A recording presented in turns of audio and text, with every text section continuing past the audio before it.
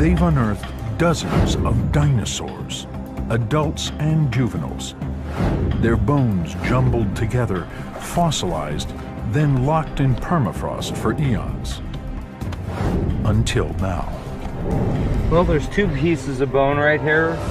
It's as if somebody took 15 pachyrhinosaurs, dumped them in a blender for 30 seconds, and then poured all of the mess out into a large batch of concrete and let it solidify for 70 million years. The startling discovery that these ancient reptiles, thunder lizards, lived and thrived in the Arctic has taken scientists by surprise. It challenges everything that we think we know about dinosaurs. Finding polar dinosaurs was important because it provided whole new insights into the biology of dinosaurs. How did they survive in such an extreme environment? And what was the real reason they were driven to extinction? There's a lot of questions out there, and it's not as simple as everybody died because a rock came in from space. Fire in the hole! From millions of years in the past, a story of survival against all odds from Arctic dinosaurs, right now on Nova.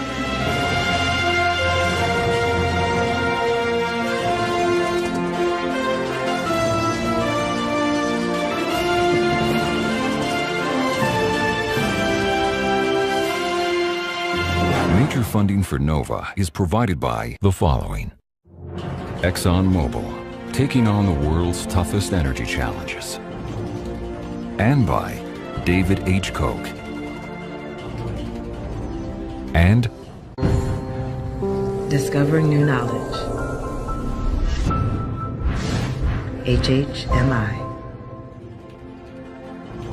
And by the Corporation for Public Broadcasting, and by contributions to your PBS station from viewers like you. Thank you.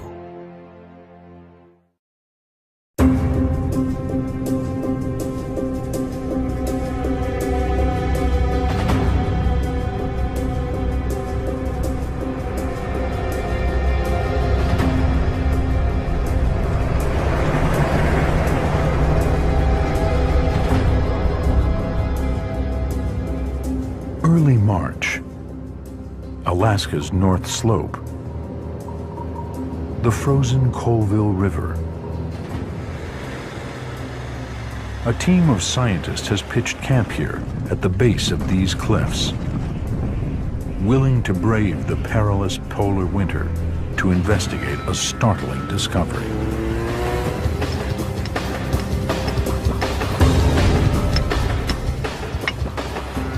There it is. The hadrosaur looks like the base of the tail. Success. They've unearthed dinosaur bones near the North Pole.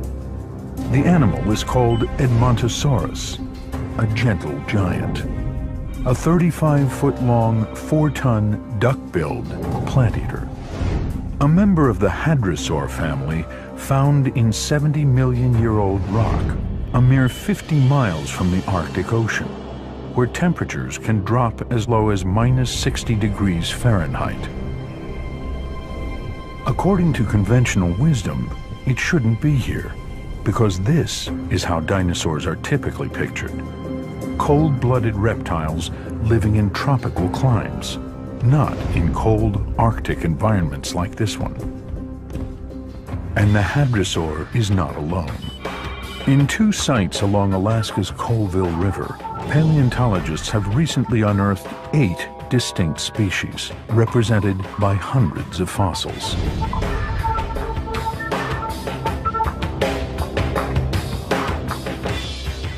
On this table are examples of the biodiversity of the animals, the vertebrate animals that we found up on the North Slope. And we have a variety of meat-eating dinosaurs. And this is the left front jaw, an animal called Gorgosaurus.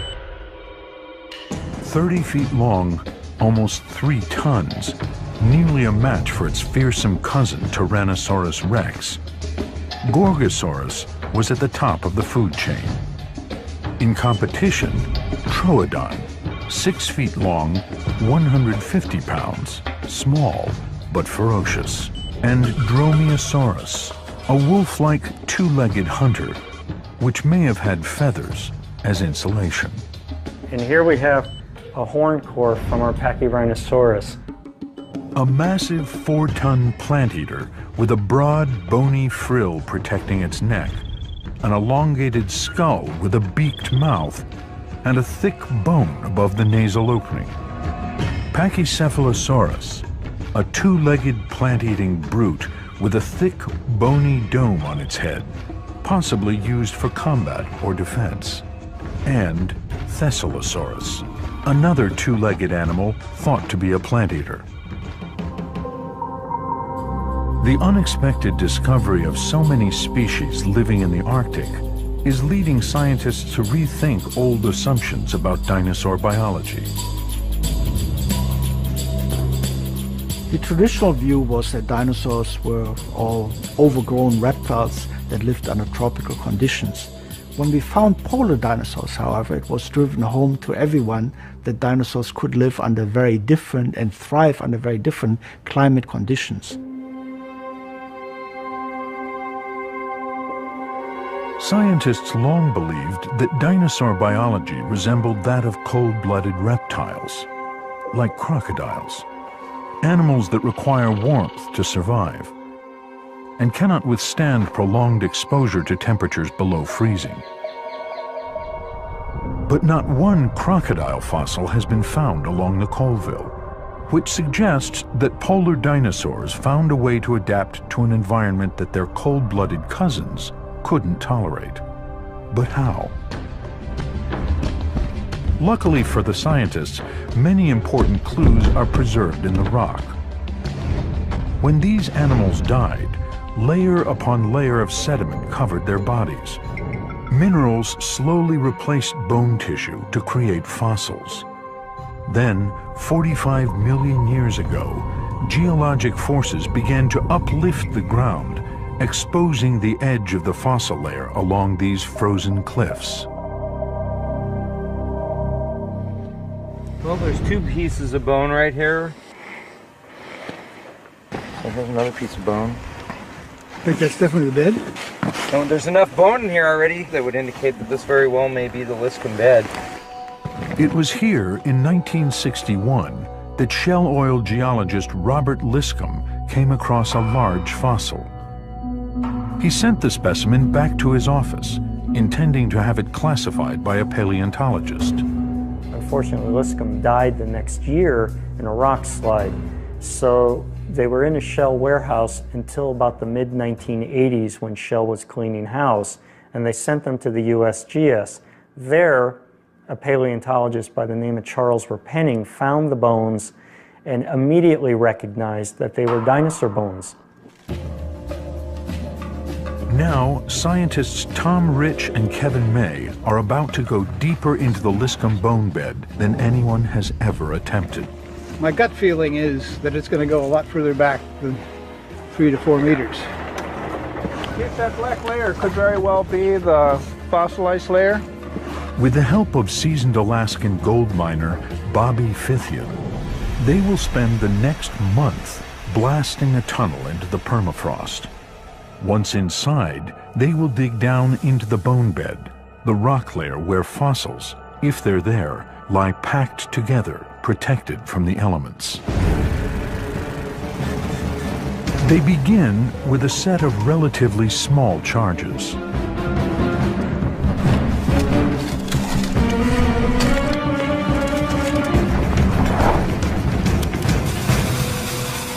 Fire in the hole!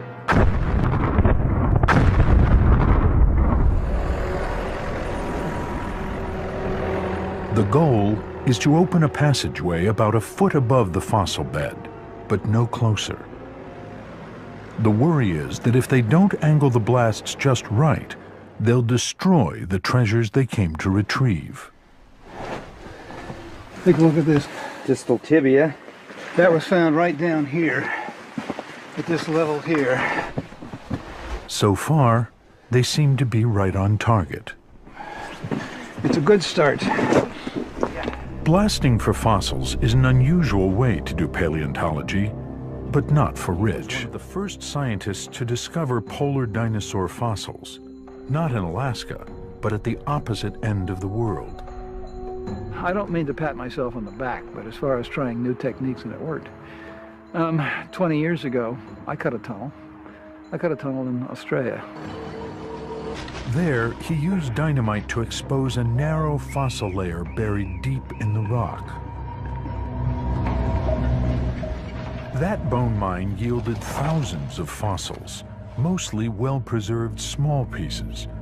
Proof that 100 million years ago, dinosaurs lived near the South Pole, an environment even colder than this one near the North Pole, where he's trying again to find dinosaurs. I mean, we've got small bone in here. Look at this. Where? Right in here? Yeah, this little. Paleontologist Kevin May has searched for fossils all over Alaska, but this is his first tunnel. And he's excited by the hadrosaur bones that are beginning to be exposed as they go deeper. This is exactly what we came here for. This is the best I've ever seen this stuff. I just am blown out on this one. Yeah, so we don't need to go deeper. We just need to go straight in at about this level. Give yourself maybe 10 centimeters above what is obviously a fossil layer into this stuff. The initial digging to establish the entrance to the tunnel has already unearthed some large bones. That's definitely a rib. But most are in poor shape. Some type of long bone here. Unfortunately, it's fairly well powdered. Because they were lying close to the surface, the fossils have been broken and worn by the freeze-thaw cycle, the punishing effect when water seeps into the ground and then expands when frozen, cracking open rocks. The purpose of the tunnel is to dig deep into the permafrost, which is not prone to those seasonal changes, and hopefully find better preserved, smaller, and more delicate bones. When we get in, what we hope 20 meters, we're going to be beyond that. So we're going to see bone for the first time that's never been through that. With the entrance set safely above the fossil layer, they give Bobby Fithian the go-ahead to complete the blasting.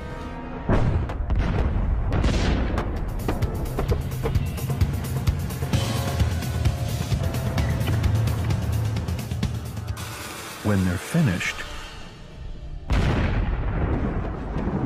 the tunnel stretches a remarkable 65 feet into the cliff, laying bare rock that hasn't seen the sun for tens of millions of years.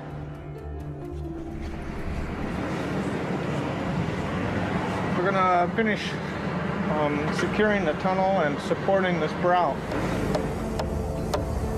The team has successfully completed the first phase of their project. The delicate work of excavating the bone bed will begin in 5 months' time. During the Arctic summer, when the weather is milder and the sun remains above the horizon nearly 24 hours a day. There isn't any reason for this tunnel not to be here at least 100 years from now if you take care of it. Okay. You've got a nice tunnel. You're going to find some dinosaurs. Oh, yes. Good job, buddy. For Tom, this is the culmination of years of struggle. Dr. Rich? And he knows that without the skills of the Alaskan miners, it could never have come to pass. I'd like to thank all of you. You know, you guys have helped me achieve something I've been trying to get to for 18 years.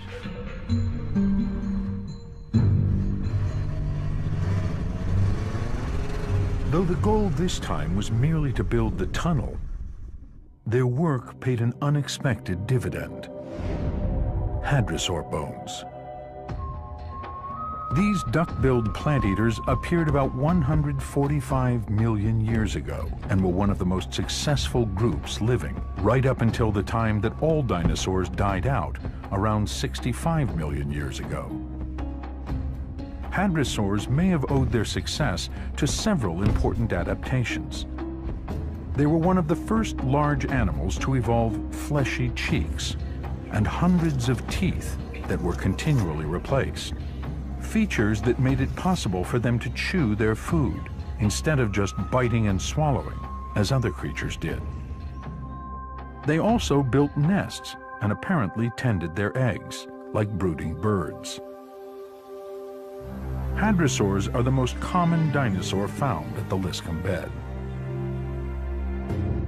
But 28 miles upriver from the tunnel, atop a 300-foot cliff, a second team of paleontologists has made another remarkable find. A mass grave containing at least 4 species of dinosaur, including Gorgosaurus, Edmontosaurus, Troodon, and Pachyrhinosaurus. This is the most diverse assemblage of dinosaur bones here around the North Slope. It's got a variety of kinds of animals. It's got tremendous bone density. There's an abundance here like would never have believed. Tony Fiorillo and his team are doing paleontology the old-fashioned way, with picks, shovels, and grim determination. There's some sites I've worked in the lower 48 where a chimpanzee with a popsicle stick can work the localities. This quarry is not one of those localities. It's late summer, but this hardly feels like a vacation. The treacherous climb, the frozen ground, the freezing rain are a daily trial. But it's all been worth it, because Tony has just found the crown jewel of the Colville. A massive skull, flattened but otherwise intact. This is the right side of the face. It takes a trained eye to see the shape embedded in the rock, but to Tony, it's crystal clear. This is the skull of a horned dinosaur. It's upside down. So you're looking at the right side, or the right cheek, of something that we've been calling Pachyrhinosaurus. Pachyrhinosaurus, the horned dinosaur, a relative of Triceratops, previously known only to live much farther south. And there are others. There's 14 individuals of a horned dinosaur in this little pit so far. Finding so many Pachyrhinosaurus in one spot is like stumbling onto an elephant graveyard. 70 million years ago, something happened that deposited the bodies of more than a dozen massive animals in this one spot. The river below offers a clue. The density of bone's so high that it's easy to envision this being a jam in a river channel. These animals were transported down river somewhere, and presumably they created their own little log jam, except there was a bone jam in a river channel.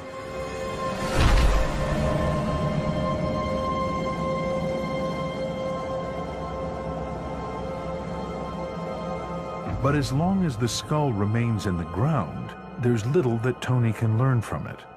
So the team is working to remove the half-ton piece of rock that encases it, so that they can transport it back to their lab in Dallas, Texas. Step 1, dig out the skull without breaking it. Is move some of this rock out of the way here and up here. Encase it in a protective jacket made of burlap and plaster, and then airlift it to safety. That's the plan. But nature isn't cooperating.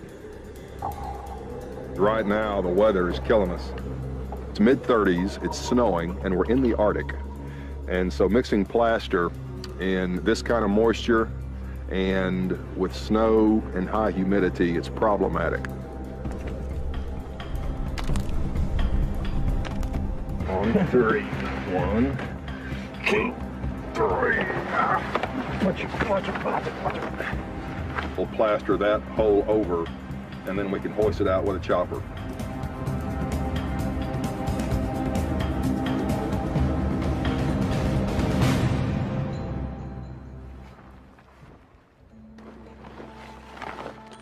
When the helicopter arrives, they worry that the plaster hasn't fully cured. What do you think? It's not giving off any more heat, so it's hydrated, it's hardened as much as it's going to get. But the helicopter is on a tight schedule.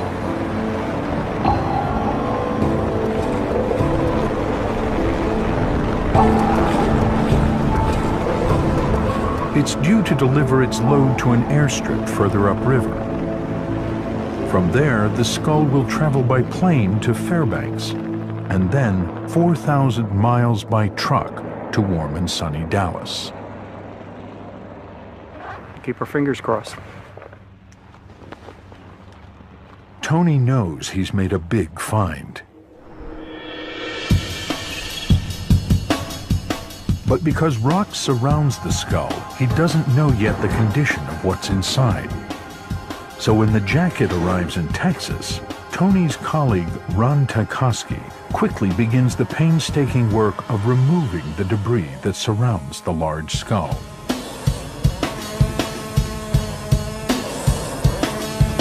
He's almost immediately surprised. The rock around the skull is filled with bones, bits and pieces from more than one Pachyrhinosaurus. A wonderfully intact vertebra, part of the spine of this animal. This bone is of particular interest. They've already found several others at the same site, but until now they weren't completely sure which dinosaur species it belonged to. This is the point where the skull attaches to the first vertebra of the neck in a beautiful ball and socket joint. And we have at least 15 of these from this particular quarry. It's as if somebody took 15 Pachyrhinosaurs and dumped them in a blender for 30 seconds and then poured all of the mess out into a large batch of concrete and let it solidify for 70 million years. Everything is completely jumbled about, bones are oriented in all sorts of different directions, and nothing's connected. Finding so many Pachyrhinosaurus tells Tony that these wide-ranging animals, found throughout North America, lived in large numbers on the North Slope. But the bones don't say how they lived, or what conditions were like during the toughest time of year. What did they do during the winter time? How was life up here the same or different than what we see in the lower latitudes?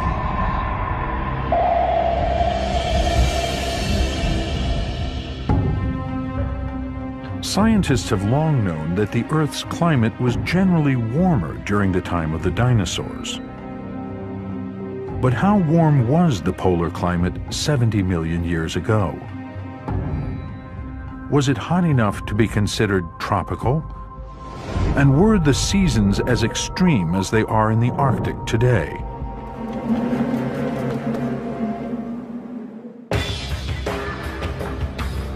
British paleobotanist Robert Spicer may have solved one important piece of the puzzle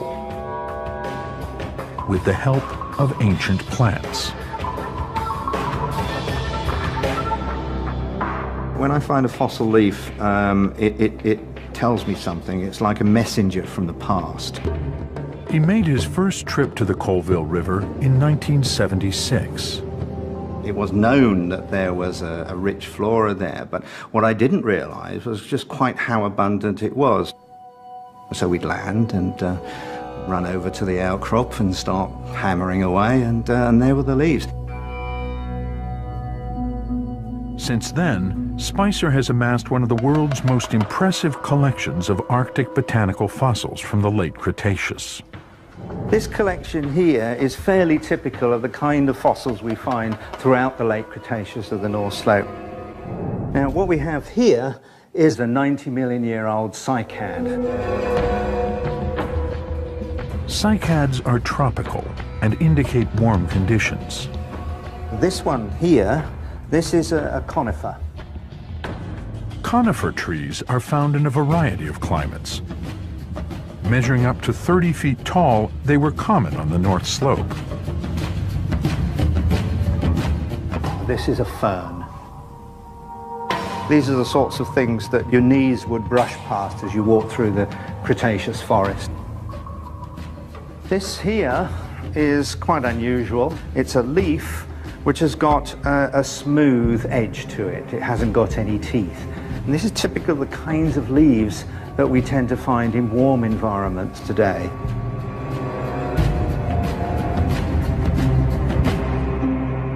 As his collection grew, Spicer had a hunch that he could use these leaves to deduce the temperature of the Arctic 70 million years ago. It was an idea based on a simple observation that allowed him to decode the secret language of leaves. In hot tropical climates, the edges of leaves are smooth. But in colder climates, they tend to have serrated edges. Well, when we look at leaves such as these, you can see that the edges of the leaf have got teeth on them. It's very jagged. And in fact, if you look at any of the tree species around here in this relatively cool climate in the UK, you'd be very hard pressed to find a significant number of leaves that have got smooth edges to the leaves. Spicer believes that these serrations evolved to help plants circulate water and nutrients. In hot climates, moisture evaporates from leaves, causing water to rise up through the roots. But if the temperature drops, evaporation and circulation ceases. Now, in those situations, the plant can't evaporate water from the leaf, so it can't suck water out from the ground. And of course, the plant needs the fluid going through the plant body to move nutrients. But the serrations in leaves growing in cool climates solve that problem, because at the tip of each tooth is a small gland that aids circulation. So in a cool environment, the plant actively pumps water out through the teeth. The real breakthrough came when Spicer realized that he might be able to pinpoint the temperature of the late Cretaceous using his fossils. It's the proportion of toothed leaves and non-toothed leaves that we see in a particular place living today or in a fossil assemblage that gives us an idea of the relative warmth, the average annual temperature during the year. He and his team spent years comparing leaf shapes to climate data in more than 170 locations around the world. It was a massive undertaking. But in the end, he was able to create a statistical model that ties leaf tooth patterns to temperature. We can tell what the average annual temperature was at a given place to within plus or minus 1 or 2 degrees Celsius, which is, when you actually look at it in detail, is about as precise as many modern-day meteorological observations are. When Spicer examined his fossil collection, he discovered a match between those ancient Arctic leaves and leaves found today in southern Alaska, a temperate climate, very different from the barren tundra today. The model indicated that the average annual temperature on the North Slope was about 42 degrees Fahrenheit, 30 degrees warmer than it is there today. But that number is deceptive, because at high latitude, the yearly highs and lows are far apart. So while the dinosaurs would have enjoyed summer temperatures in the 70s, winters were likely cold enough to produce snow and even ice.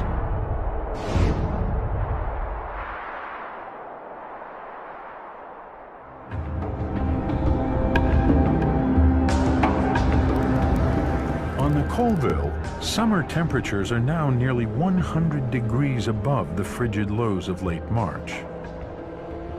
The dinosaur mine has been sealed for 5 months.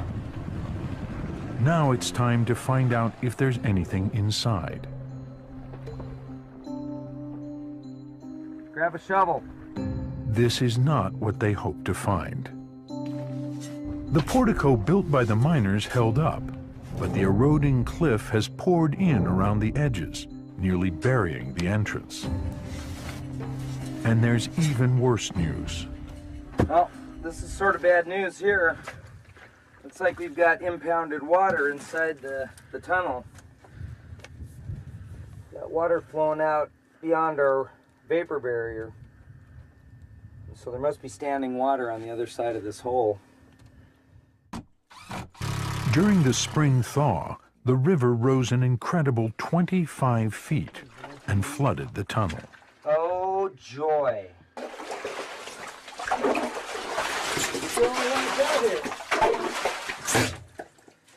Dun, dun, dun, dun. The bad news is we have a mess. Yeah. There is some good news. Oh, there's nothing yielding. This is beautiful. That is fine. We're going to be safe in here. There's no yield at all.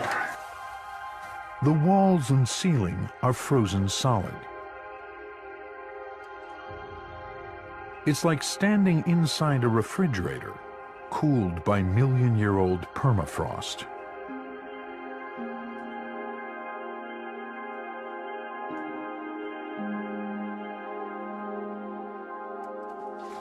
During the winter excavation, the team didn't have time to explore the fossil bed.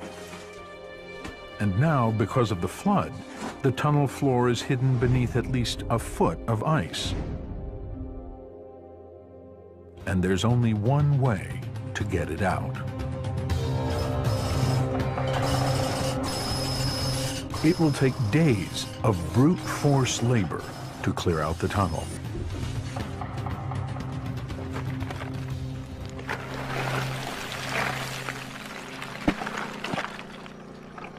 The outside temperature may be warm enough for the scientists to work in shirt sleeves. But this is not a hospitable place. The river temperature is barely above freezing, and the Arctic landscape is barren. If they were alive today, herds of dinosaurs could not have survived in a place like this.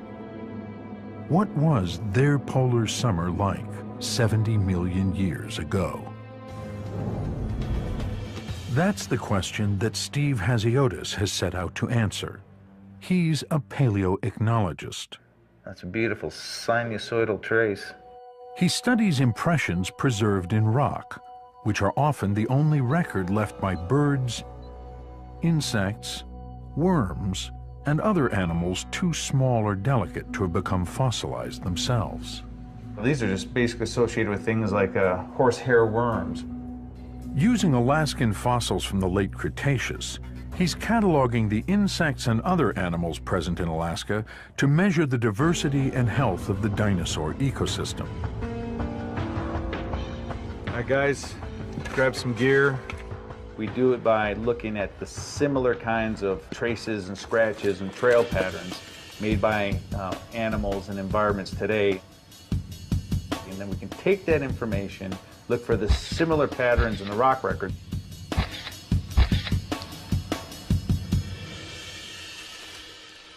Today, he's brought some fossil impressions to a riverbank near Lawrence, Kansas. With the help of his graduate students, he will try to match the trails made in the 70-million-year-old rock to those made just days or hours ago by modern animals. Great trail right there. Holy smokes. I think these are these mud-loving beetles where the ceilings of them have collapsed. Bird tracks here, and then these worm trails here. This is the association that we're seeing up in the Arctic. From the modern-day animals on the bank of the Kansas River, a snapshot of a very similar environment in ancient Alaska begins to emerge. And he's sharing his insights with Tony Fiorillo. On this here, you got about 4 or 5 different trackways here and trails, ones that are slightly larger aquatic earthworms. Totally fantastic hopping trails of a grasshopper or a cricket. And this other thing here is a crawling trail that's reminiscent of a beetle. So we got worms, beetles, and some sort of cricket-like thing. Does that help fine-tune the environment that these things were in? This had to be probably in the height of the summer or near the end where it's very warm. There's a high diversity, low-lying water, swampy areas, nice large lake plain or lake margin exposed. That means a rich ecosystem in the summer, capable of supporting creatures of all sizes, and a much greater diversity of plants and animals than is found in Alaska today. Picture yourself standing on this lake shoreline. It's warm, sunny. There are herds of duck-billed dinosaurs and other kinds of plant-eating dinosaurs along the lake, eating vegetation like horsetails, ginkgos, the flowering plants. An abundance of flying insects and crawling insects on the shoreline, in the water.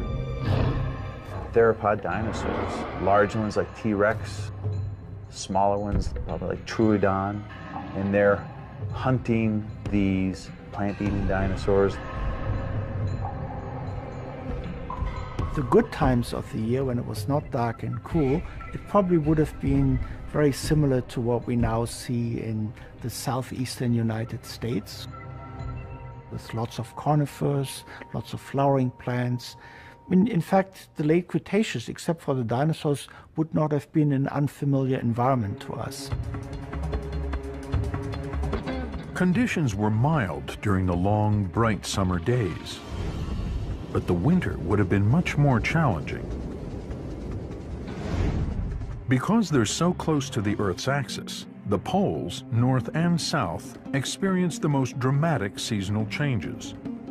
At the height of summer, when the North Pole is tilted towards the sun, the North Slope enjoys a month of constant daylight.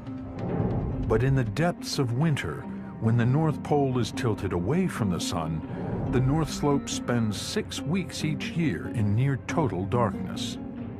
The continents continually drift, and because the North Slope used to be even closer to the North Pole 70 million years ago, the extremes were even more pronounced. The present location of the Liscum bone bed, that's at a current latitude of about 70 degrees north. At the time the dinosaurs were living, it was closer to 85 degrees north. Today, the North Slope is 1,500 miles from the North Pole, but 70 million years ago, it was 4 times closer, a mere 350 miles, with 4 months of darkness during the long winter. In thin slices of fossilized trees, Bob Spicer sees how the darkness affected the plant-eating dinosaurs' food supply. Under the microscope, individual cells are visible, showing a pattern of growth rings. The tree rings show that in the summer, the trees were very happy. They were growing quite rapidly. The light-colored cells were produced during the bright summer months. And as the season progresses, the walls get thicker, the color goes browner, until at the end of the growing season, the cells are really quite small. Then we get no more cells. The tree goes into dormancy. The summer growing season was long and active, but once winter arrived, everything stopped. Now, what that means is that it was dark and there wasn't a lot to eat.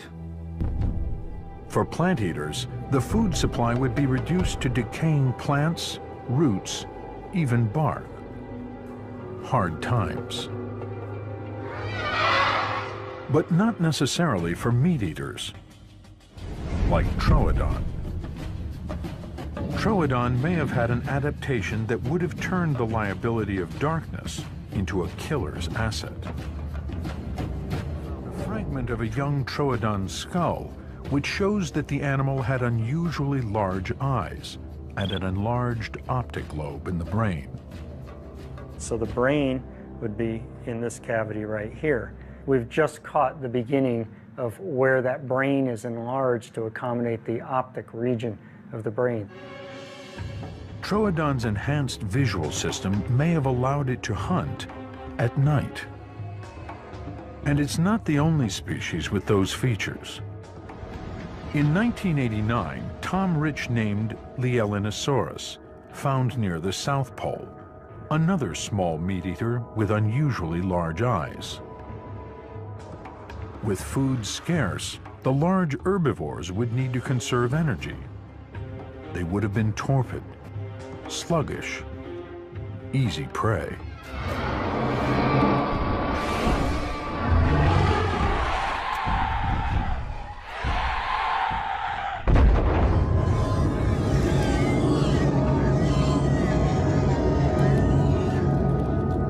But maybe the plant eaters didn't hang around.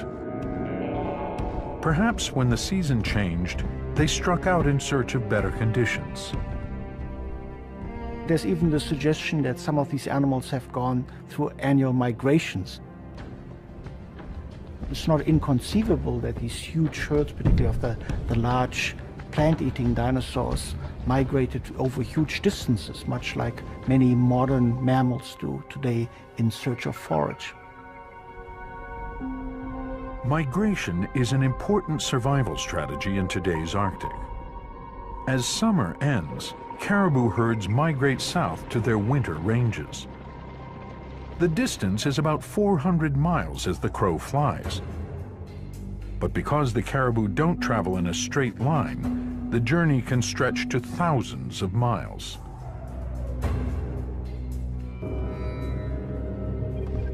Dinosaurs would have had an even longer journey. Because the North Slope was much closer to the poles 70 million years ago, to escape the darkness, they would have had to walk 5,000 miles, nearly twice the distance from New York to Los Angeles. According to Tony Fiorillo, some animals wouldn't have been able to make the trek. He's compared the relative size of juvenile hadrosaurs to adults to determine if the young were physically capable of keeping up with a herd on the move. We argued through a biomechanical analysis of the juvenile duck-billed dinosaurs that they were too young or too small to make any long-distance migration. So therefore, we argued that these animals lived here year-round. That opened up a whole bunch of interesting biological questions, like how did they survive the seasonality? Tony's evidence has important implications for a long-running debate about dinosaur biology. Were they cold-blooded like lizards, or warm-blooded like mammals? Cold-blooded animals cannot long endure low temperatures. They seek external heat sources to power their metabolisms.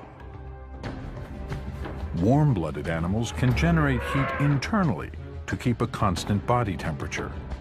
And many warm-blooded animals are found in cold climates. And there is strong evidence that dinosaurs were the ancestors of modern birds, which are also warm-blooded. But so far, no conclusive answer about dinosaurs. Kevin May's hadrosaur bone could add clarity to the debate. It's now in a lab in South Africa, where Professor Anyusha Chinsami-Turan is examining the bone for clues about dinosaur metabolism.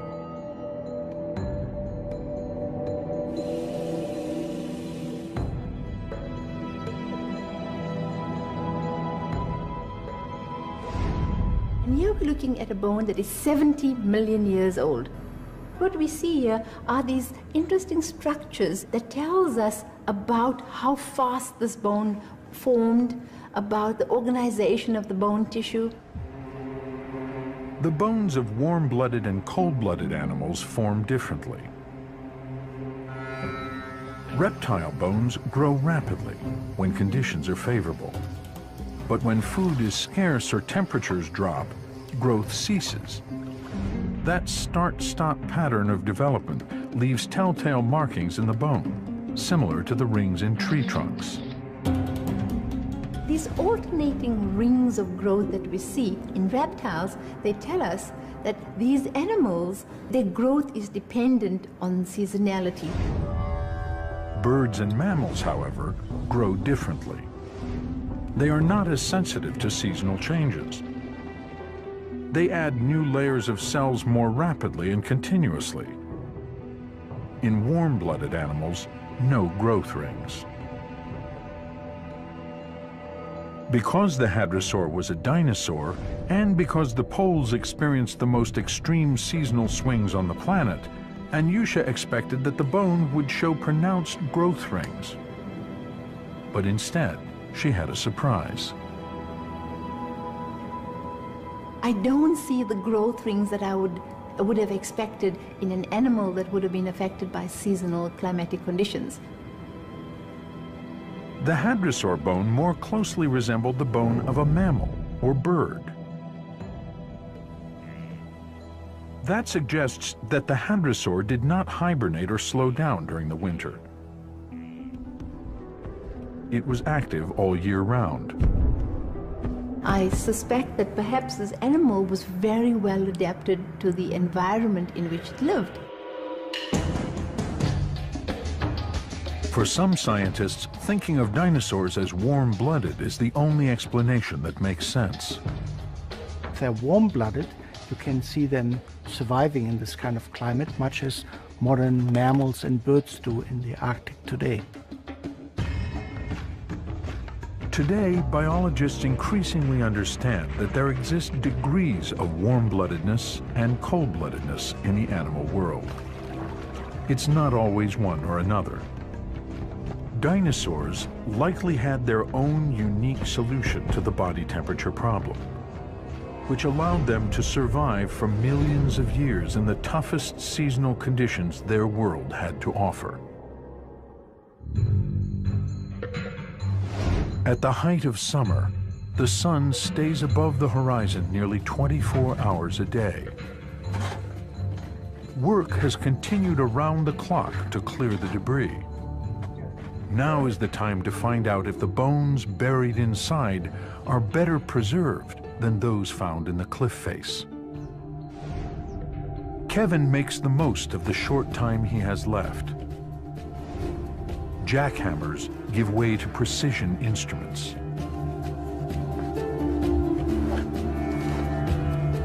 We have this frozen, unbroken matrix that we're able to shave off layer by layer, and it's not flaking apart. So you could not do this outside of the tunnel. You couldn't do it outside the permafrost. Part of the vertebrae. Half of it broke is probably in here. So now we get out the mapping. Almost immediately, the team finds several extremely well-preserved bones, more delicate than any of the bones they found outside the tunnel. Kevin May suspects that they may be from a new species. Well, it looks like we have two tail vertebrae and then a rounded bone here. It will take years to fully explore the tunnel and to complete the catalog of Arctic dinosaurs. To date, Tony's Pachyrhinosaurus skull remains one of the largest specimens to come from the Colville. Yeah, it looks pretty good. It is busted up a little bit, so we'll have to keep our fingers crossed. But getting that stuff out of the way, you can really, this is really nicely defined now. I mean, that's a skull.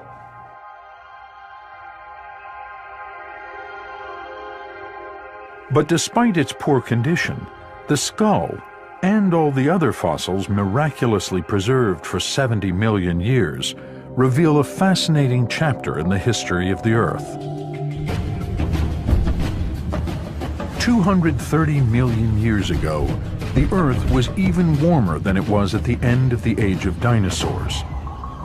Those conditions fostered a great flowering of diversity, including the evolution of dozens of species which came to dominate the land, the air, the water, and eventually filled every corner of the globe. And then, 65 million years ago, a devastating blow to the planet. A massive asteroid impact. The prevailing theory is that the resulting explosion threw massive clouds of gas and ash into the air and plunged the Earth into a global winter. The theory held that dinosaurs, tropical animals, were unable to cope with the darkness and the cold that followed. But the discovery that dinosaurs already lived in non-tropical conditions and during long periods of darkness suggests that there must be more to the story. I think that one of the values of our work is that it is suggesting that a catastrophic end to the Cretaceous did not kill off the dinosaurs. But if the asteroid alone didn't wipe out all dinosaurs, what did?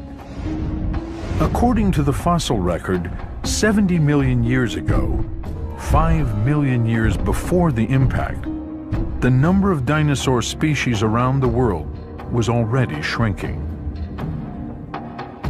As we go through the late Cretaceous, diversity seems to decrease. And it's a general truism of evolution that the more biologically diverse you are, the more robust and able to cope with environmental change you are. Before the asteroid, the writing may have already been on the wall. Continents were on the move. Air and water circulation patterns were changing, causing global temperatures to fall. The planet was slowly evolving into the world we know today, a world in which dinosaurs would not be able to thrive. I think it's an instance where this huge impact that created the Chicxulub crater on the Yucatan Peninsula of Mexico was basically sort of almost the icing on the cake. The fossil record cannot tell us how long dinosaurs survived after that terrible catastrophe. But Arctic dinosaurs, far removed from the disaster, could have been among the last survivors in their changing world.